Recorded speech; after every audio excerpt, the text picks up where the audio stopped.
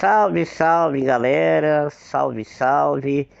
Vamos aqui dar continuidade da nossa jornada de como viver de terapia. Bom, galera, eu escolhi a gravação somente do áudio para poder ter mais mobilidade e agilidade para gravar para vocês, tá ok? Vamos lá, galera. O que a gente tem que pensar, né? O principal é ter acesso ao cliente, né? Porque tudo vai começar a partir de ter o cliente, ter a demanda. Diferente de que muitas pessoas no início ficam muito focadas em graduação, ou curso técnico, ou curso de formação, aí vai especialização, especialização, vai fazendo curso, vai. Aí acaba tendo uma ideia muito ruim, viu, pessoal? De que, nossa, se você for começar a esperar você achar que está dominando o assunto para começar a trabalhar, você nunca vai começar a trabalhar. Porque a mente humana é um assunto infinito, no qual a gente nem tem muito acesso a tudo, a nada praticamente. Então é um erro grotesco pensar dessa maneira. Tá, mas vamos fazer um paralelo aqui da profissão do terapeuta, né? Em relação a outro profissional liberal. Vamos escolher aqui o advogado. Toda carreira de profissional liberal tem o mesmo início. O ponto de partida você tem dois. Ou você vai escolher ser empregado de alguém, e tem setores que o empregado não ganha nada, só perde, tá? Que é o caso do terapeuta e é o caso do advogado. Vou colocar aqui, eu não vou nem colocar o do terapeuta, eu vou fazer o paralelo com o do advogado primeiro. Então a pessoa gasta lá 5 anos de faculdade, depois uma grana violenta para se preparar para o concurso da OAB, estuda que nem um condenado, consegue a credencial da OAB, já é um advogado propriamente dito, sai da condição de bacharel de direito para advogado, pronto, tem a carteirinha da OAB, maravilha. Agora vamos lá, se esse advogado for trabalhar para um escritório de advocacia, ele não tem, né, a não ser que ele tenha um fenômeno, seja um fenômeno, né, e, bom, a gente já vai falar que é o objetivo, tá? Só que eu vou dar um exemplo aqui, eu não quero dar spoiler pro meio do assunto aqui. Bom, enfim, o advogado entra como júnior do escritório, ele não tem acesso às peças do processo, ele vai só, tão, mais ou menos, fazer contato com a parte, né? E nunca falando em nome do próprio trabalho, sempre em nome do escritório. E na verdade quem assina é o advogado sênior do escritório, o dos sócios do escritório, ou o mais top que tem naquele escritório. Então ele está trabalhando para promover a carreira de uma outra pessoa, tá? Ele está produzindo para promover a carreira de uma outra pessoa. Bom, agora tem alguns fenômenos que acontecem, eu mesmo conheço um rapaz que quando entrou, ele cresceu tanto na carreira como funcionário, e hoje ele é um dos sócios de um escritório gigante. Mas por quê? Aí que vem o interessante, que é o assunto de hoje. Independente se você vai ser empregado de alguém, ou se você vai ser uma pessoa autônomo, profissional liberal, chega a um determinado ponto da sua profissão que você tem que escolher um nicho, uma especialidade. Quem sabe tudo não sabe nada. Quem sabe muito é aquele que entende de alguma coisa específica. E até contrariando o que foi falado no vídeo anterior, eu vou dizer aqui para vocês o seguinte: até na carreira de atendimento online, você pode ficar próspero se você encontrar o nicho certo. Então vamos lá, vamos dar um exemplo aqui. Um rapaz que eu conheço, que ele prosperou, né? Ficou muito bem sendo funcionário.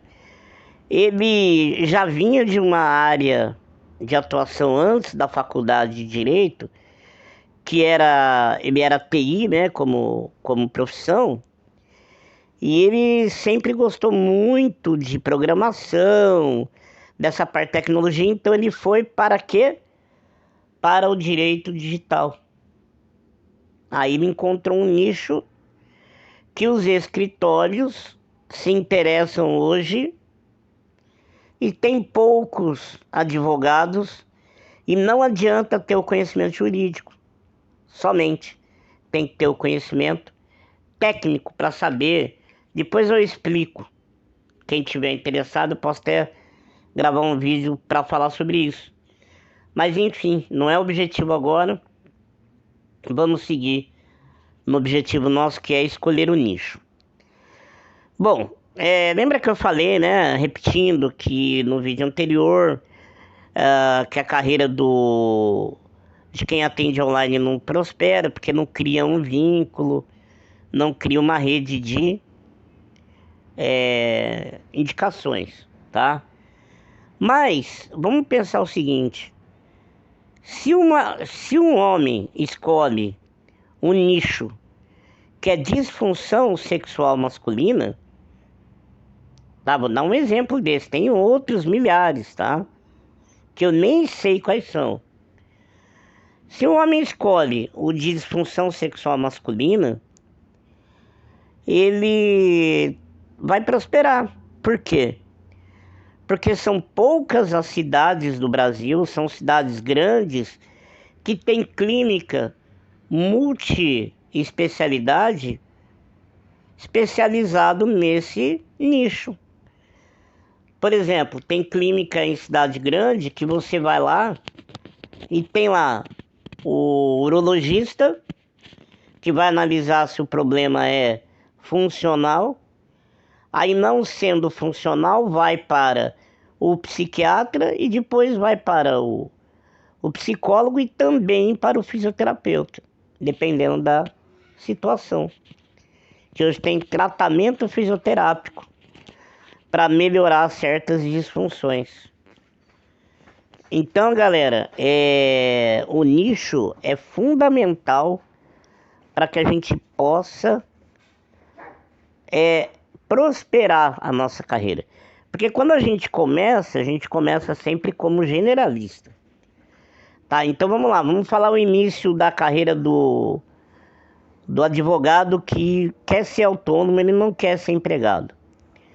Aí ele vai lá começar, aí ele vai contar para os amigos que passou no exame da ordem, aí os amigos vão ficar tudo felizes, porque todo mundo tem uma bronca para resolver. Aí um amigo tá lá com uma pensão alimentícia que não tá aguentando pagar, o outro amigo tá com um carro que não tá aguentando pagar, o outro tá com um probleminha que meteu a mão na cara da sogra. Brincadeira, só para vocês rirem. E assim vai, tá, galera? Então todo mundo tem seu probleminha. Aí o advogado que tá iniciando, ele vai lá, pega a causa de um, pega a causa de outro. Ele vai aprendendo, mas com uma vantagem em relação ao escritório. Ele vai ganhar ações, ele tá fazendo o quê? Promovendo o nome dele no Tribunal de Justiça e tá promovendo o nome dele no mercado. Porque quando eu falo promovendo o nome no Tribunal de Justiça, por incrível que pareça, tem gente que escolhe advogado pelo próprio Tribunal de Justiça. De que forma? Se eu tenho uma causa contra o banco X, eu vou lá no TJ e coloco pesquisa de processo e coloco lá o nome da parte, eu coloco o nome da razão social do banco. Vai aparecer vários processos, eu vou vendo qual é o escritório de advocacia que mais ganhou processo. Eu posso escolher, Esse aqui ganha de todo mundo, eu vou escolher esse aqui. Então ele está promovendo o próprio nome, tá certo? E aí ele vai escolhendo, ele começa a partir do seu network, dos seus amigos, ele ganha ação, o amigo indica e vai ganhando, aí ele vai tendo o quê? Um portfólio para mostrar no futuro causas ganhas em seu nome. Entendeu, pessoal? Então, é o melhor para, é o mais difícil para ser autônomo, mas é o que mais ganha dinheiro. Quando a pessoa escolhe a carreira de advogado, ele tem assim, ou ele vai para concurso, ou ele vai para ser funcionário de escritório grande, que vai morrer na pindaíba, salvo algumas pessoas com nicho muito específico, mas é muito raro, que é o caso do garoto do direito digital, ou ele vai para ser autônomo. Daí, mesmo assim, vai chegar uma hora que ele vai ter que escolher um nicho.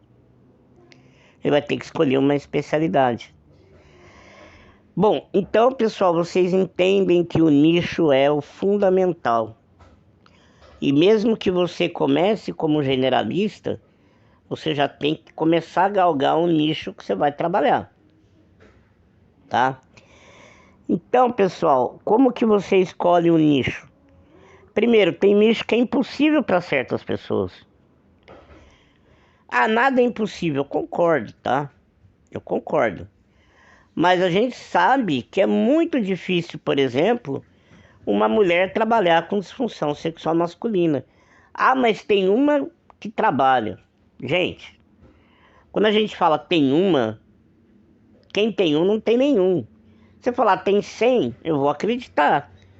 Mas um é raridade, é ponto fora da curva. E a gente não pode se basear por pontos fora da curva. A não ser que alguém bata no peito, né? Falar assim, eu sou mulher e vou fazer acontecer. Aí tudo bem, mas só que vai ter bastante dificuldade no início. Mas vai conseguir, vai.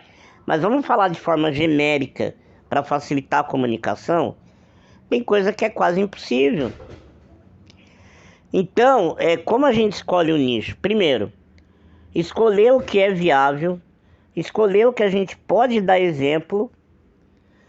Olha, se eu sou gordo, obeso, eu vou fazer a preparação de uma pessoa, vou fazer um trabalho de psicologia, de desenvolvimento pessoal para ser, abre aspas, coach, fecha aspas, de emagrecimento. Eu sendo obeso, mas aí você conhece mais que tudo bem, gente. Mas como você vai convencer um paciente obeso que você vai ser bom para ele, sendo que você não consegue emagrecer? Entende? Então, por exemplo, a gente primeiro tem que escolher o que a gente pode dar exemplo. A gente tem que escolher o que a nossa característica de personalidade, temperamento, seja compatível para ter mais facilidade. Tá, então eu gosto de fazer bastante planejamento de carreira, tá?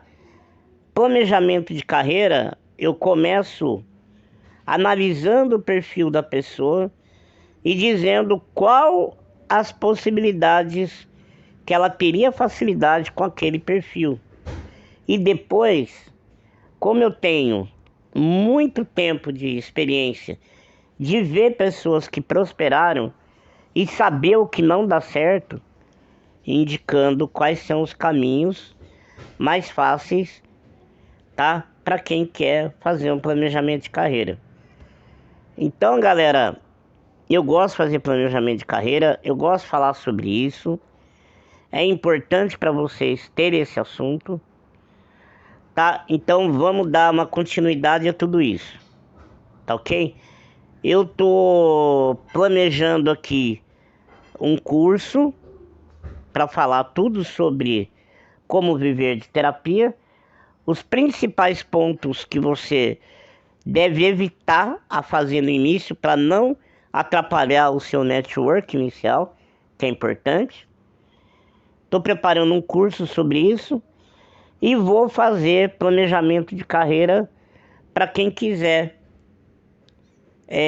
fazer um planejamento de transição de carreira ou um planejamento de carreira propriamente dito, mas vai ser cobrado como, tá? Como sessão terapêutica. Então eu cobro hoje online R$ 100. Aí a pessoa pode fazer quantas sessões ela quiser. Aí nas sessões a gente vai trabalhando cada base do projeto e acompanhando o psicológico para motivacionar essa pessoa. Tá ok, galera?